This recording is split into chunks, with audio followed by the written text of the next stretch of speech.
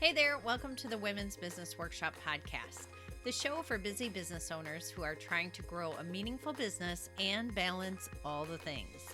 I'm Robin Walker, business consultant and strategist, and I help small business owners like yourself get out of the day-to-day grind, create a clear path for growth, and build a business that works for your life. Whether you're juggling a full client load or trying to book more customers, this podcast will give you practical strategies and mindset shifts to help take your next step as a leader without burning out. If we haven't worked together in the past or it's been a while, I invite you to set up a business analysis coaching session. We can dig deeper into your business foundation and help you choose your next intentional step forward in your business. All right, let's get into the show.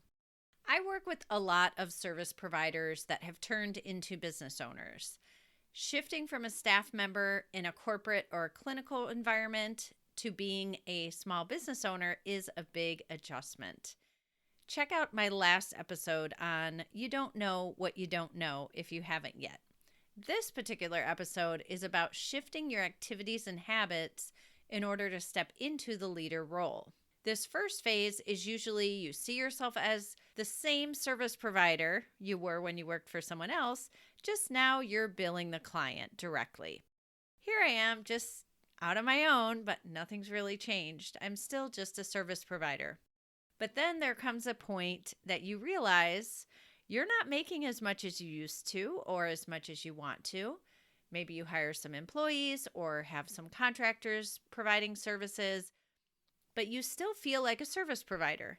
Your team are your equals. You rely on them for business ideas and input, but they take home more than you do. This is where I usually step in.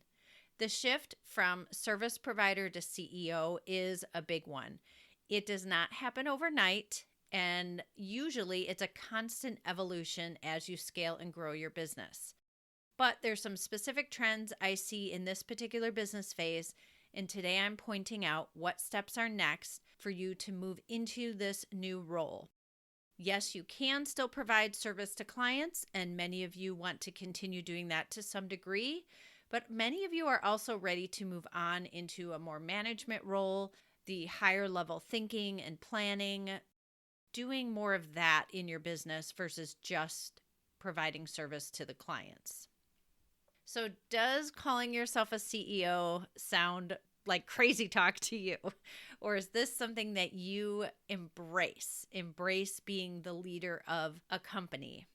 Take a second and just think about that. Do you still see yourself as a service provider? No different really than where you were before you left your job? Or do you see yourself as the leader of your company?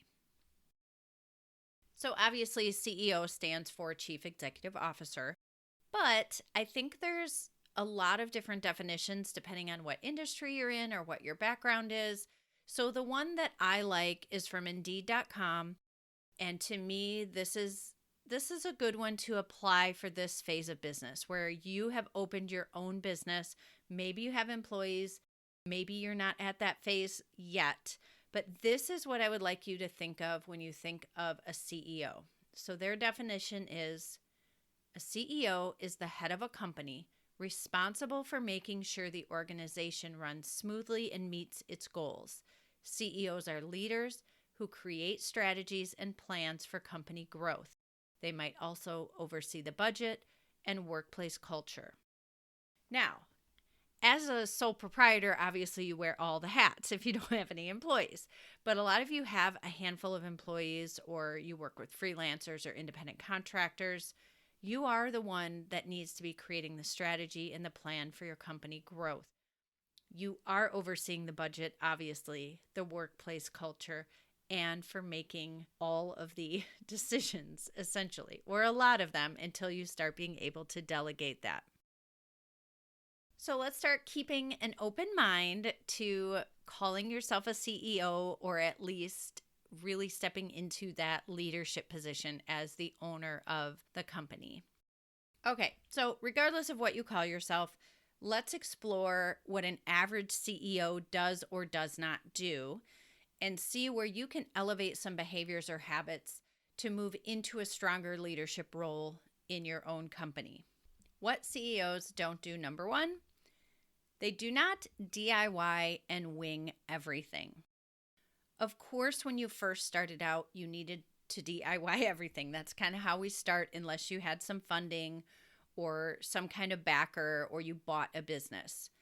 But a lot of you transferred from corporate or a structured work environment into being a solopreneur first. So yes, you needed to DIY a lot. Yes, you were winging things. But as you move into being more of an established business with systems and processes, you are not going to be winging everything, and you're not going to be DIYing everything, because your time is better spent doing the things in your strengths and your zone of genius. CEOs acknowledge that they are not the best at everything and that sometimes we need to invest in things. CEOs have support systems, they have staff, they delegate, and you may not be able to afford to do all of that right now with every single thing. But what I like to work on with my clients is figuring out what is the next best thing for you to either put into a process or that you will delegate to someone, or who is your next best hire. They have support systems, and when you're doing everything yourself, you're not doing everything the best that you can be doing. I mean, we're talented. Let's not be, you guys are you're some talented folks. However, there are some things we're better at than others, of course, and that's where we should be spending our time. So I know you guys have heard that before. It's not, something brand new. However, taking time to stop and say, what is my next best step for support? What am I looking for in support? You guys will shame yourselves or get down on yourselves for not doing things, saying, I should be able to do that. I should be able to do this. But when you look at a CEO of a company that you admire, they have an assistant. They have people doing the things that that aren't in their zone of genius. They're not just doing everything on their own. You can't. You are going to get to a growth stage where you have to have support. The other thing that CEOs are doing in this phase is they are intentional about their business planning and their daily activity. They have clarity for their business vision. You may have not written down a business vision in a while, and I bet if you went and looked back at it, or even the last version of your business plan, and it's not relevant for what your vision is today.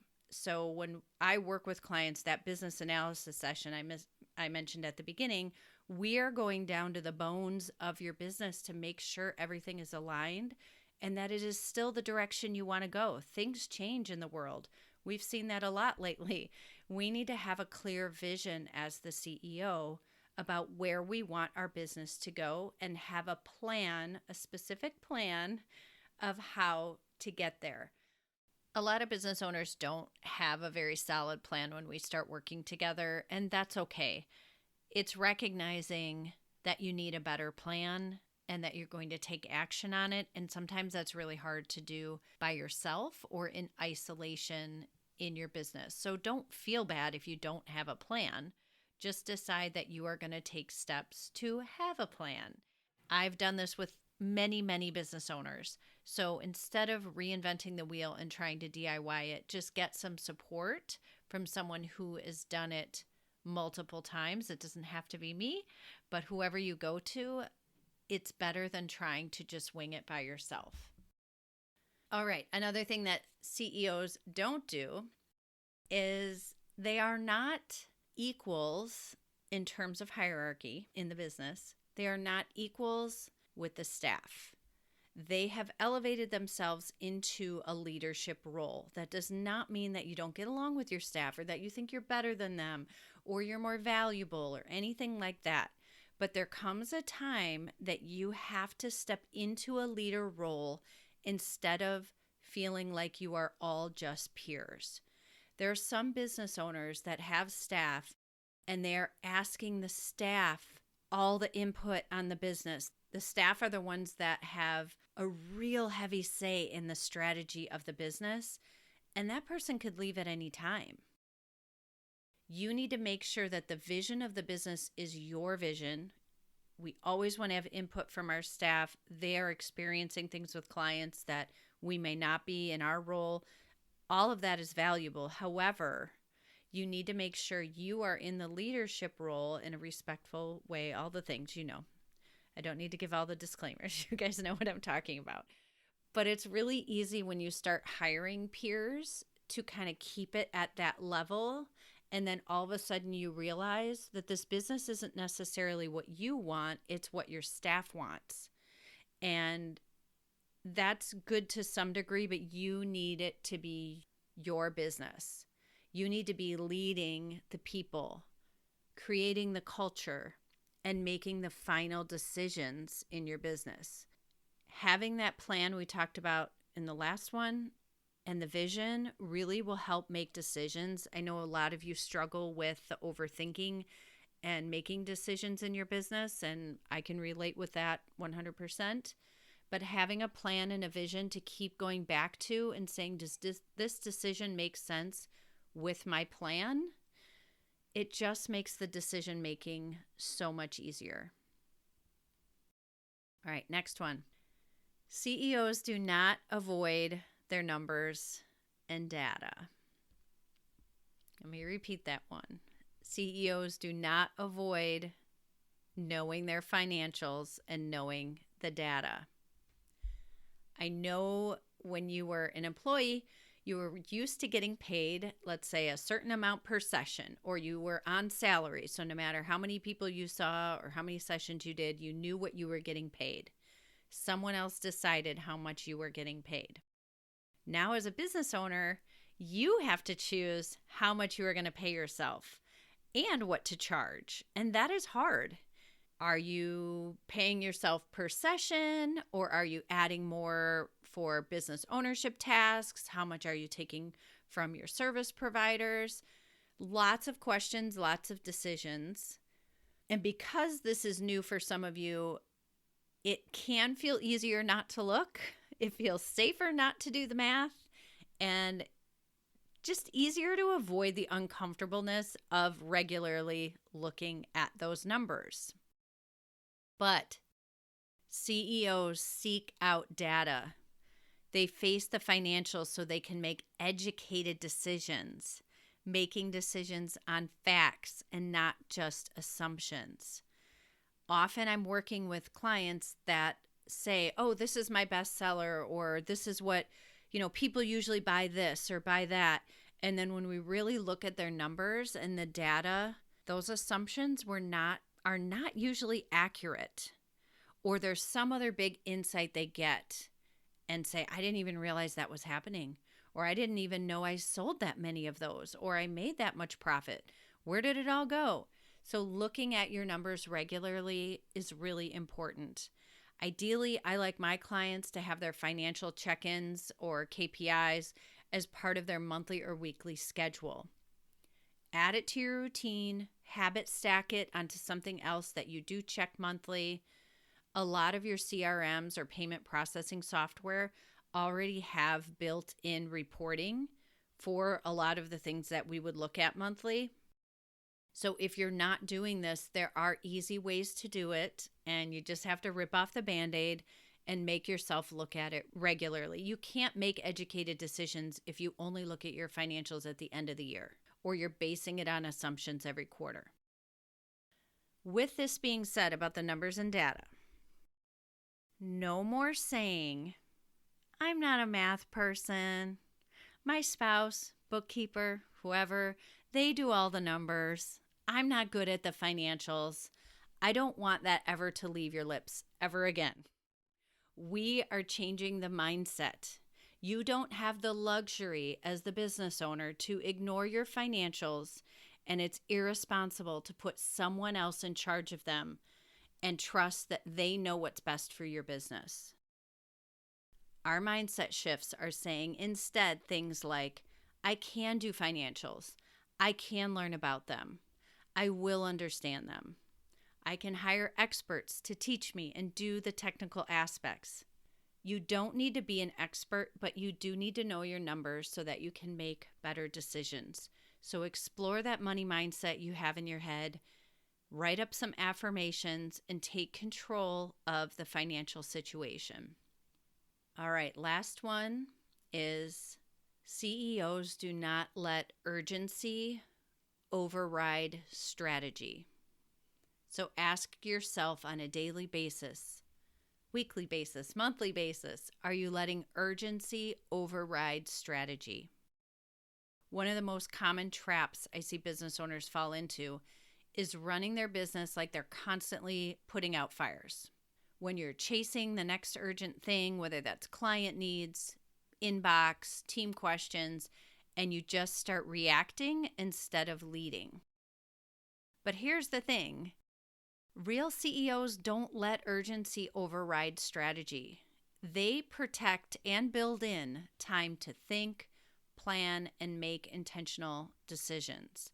And I know that can feel like a luxury when you're booked solid or you have a lot going on after school and on weekends with your family, but growth doesn't happen in panic mode. It happens when you create space to step back and ask, where am I going? And what is it that's moving the needle? What is my next best step? That could be being in an accountability group, obviously. Like our impact group, we meet twice a month. So you have a moment to stop and say, what is happening in my business right now? What do I need to focus on? You can get some input. Maybe you have a business coach and you meet once or twice a month. And that is the time that you are taking a moment and thinking what is happening. Maybe you do CEO retreats by yourself where you have a day every quarter that you stop and plan and take a minute to step out of your business. However that works for you, protect some time to think and plan. In the early 2000s, Howard Schultz returned as CEO of Starbucks when the company had grown too fast and was reacting to market pressure, and they were cutting corners, automating machines, reducing training, really prioritizing growing quickly over the customer experience. That urgency had taken over. And so Schultz shut down 7,000 stores and had barista retraining to focus on quality and put more focus into their long-term brand integrity. That decision reflected the CEO level thinking of strategy over speed. That's something I really believe in, is sometimes slow growth is better. I know we all want it to just be happening right now, but intentional growth will give you a more sustainable business. Sometimes you have to pause the urgent to protect your vision.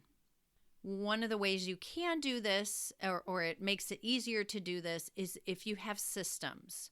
So when things get busy, when the unexpected happens, if you have systems, if you have boundaries, if you have scripts, that provides consistency. The plan helps you stay on track. I know sometimes you're building your business or you're in a growth stage, so it's hard to put in a process or system because you want to wait and see how things work. But there are boundaries you can put in place. There's scripts for yourself as an owner. There's scripts for your service providers, for your front desk that can help with consistency so that when the crazy stuff happens, which it does, you have some systems in place to keep things from going off the tracks, things getting derailed. Also, having that sounding board or a coach that can help you address these situations so that you can stay on track. That's another huge thing. You know, CEOs are doing higher level continuing education. They have mentors. They have coaches. They're not just winging it. They are making sure that they have that support. Do you have a sounding board? Do you have a coach? Do you have a mentor? Do you have someone that's going to help you so when the unexpected things, those urgent things happen, and you need to step back and say, how do I handle this? This is a new one. I've never had a client do this before. What do I even do? You can go research it for days and days and overthink it and ask every single person you come in contact with, ask your staff what to do, or you can call your coach, or you can show up at your mastermind group and get some higher level support so the urgency doesn't take over and you don't react. Instead, you stop and think, what do I need to do in order to handle this situation? Let's just do a real quick recap. CEOs are not winging it. They're not DIYing everything. They're not just one of the team. They are the leader of their company. They also do not avoid their numbers and data. They build in KPIs and looking at numbers regularly. They have confidence that if they don't know the financials, they know who they can contact or they know that they can learn. And they don't let the urgent override their strategy. So next, where do you begin with stepping into the CEO role? I have 3 questions for you to consider. So if you have an opportunity to jot these down or write them in a notebook, put them in your phone, I think these will help you get a little reflection on what's holding you back right now. If you're one of the people listening that are coming to our CEO Circles event in Wisconsin in June, I encourage you to answer these before you come to the event. It will give you a jump start to our conversations on business owner mindset that we're going to be having at the event. And I think it'll give you a little edge to kind of get started before we go in deeper at the event. Question number 1. What is holding you back from seeing yourself as the business owner or CEO of your company? Number 2, what behavior are you holding on to that a CEO would not be doing?